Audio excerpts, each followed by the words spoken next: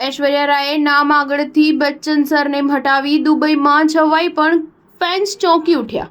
બોલિવૂડની જાણીતી અભિનેત્રી ऐश्वर्या રાયની સુંદરતા અને ગ્લેમરસ વ્યક્તિત્વ હંમેશા ચર્ચાનો વિષય રહે છે।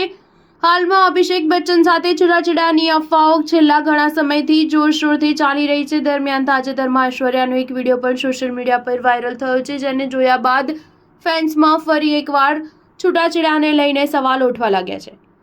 હાલમાં ऐश्वर्या રાય બચ્ચન દુબઈમાં આયોજિત ગ્લોબલ વુમન્સ ફોરમમાં ભાગ લેવા પહોંચી હતી, પરંતુ આ ઇવેન્ટમાં કંઈક એવું બન્યું જેણે સોશિયલ મીડિયા પર ચર્ચા છંછેડી।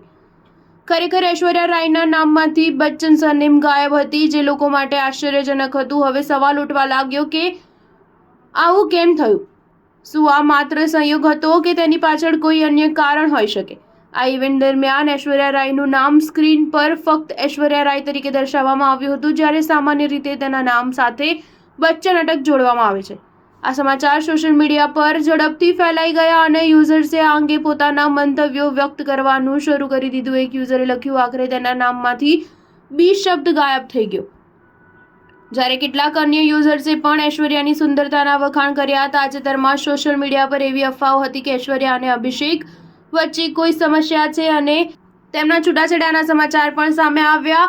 જો કે હજુ સુધી આ મામલે બચ્ચન પરિવાર કે ऐश्वर्या રાય તરફથી કોઈ સ્પષ્ટ નિવેદન આવ્યું નથી। પોતાના બ્લોગ દ્વારા લોકોને સલાહ આપતા અમિતાભ બચ્ચને સત્ય તપાસ્યા વિના સમાચાર ફેલાવનારાઓની ટીકા કરી હતી। સ્ટાર ન્યૂઝ 7 હંમેશા સચ્ચાઈની સાથે।